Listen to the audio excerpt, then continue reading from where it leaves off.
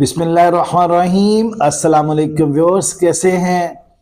आज phrasal verbs का एक सिलसिला शुरू कर रहे हैं जिसमें पहला लफ्ज है put. Put on. I am putting on a nice quote.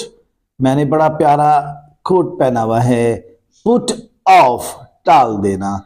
I have put him of, मैंने उसे टाल दिया है।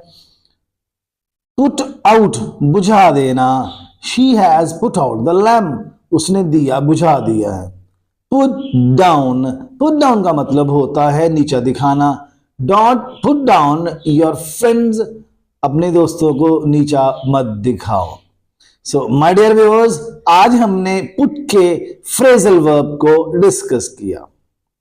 इस तरह की बहुत सारी इंफॉर्मेटिव वीडियोस को देखने के लिए, अपनी इंग्लिश को खूबसूरत बनाने के लिए नदीम इंग्लिश स्किल्स को फॉलो, क्लिक, शेयर करना मत भूलिएगा। और हमारा व्हाट्सएप नंबर 032268000720 पे राब्ता कीजिए। फिजिकल और ऑनलाइन क्लासेस के लिए हमारी खिदमत हाजिर हैं। Thank you.